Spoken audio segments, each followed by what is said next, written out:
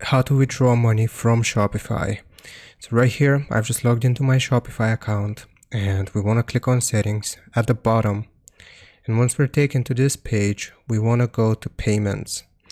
Now from the payment section here, we will need to choose a payment method. So for example, if I click on choose a provider here, I can choose one of these providers here and link the payment method. But in my case, what I have done is I've actually connected my PayPal to Shopify. As you can see right here, it says active.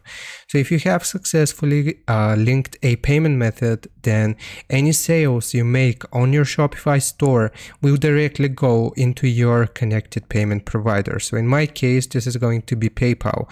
So any sale I make on my Shopify store will go and get transferred over or withdrawn into my PayPal account here, because it says that my payment method is active after the transaction fee has been taken out of the total sold amount.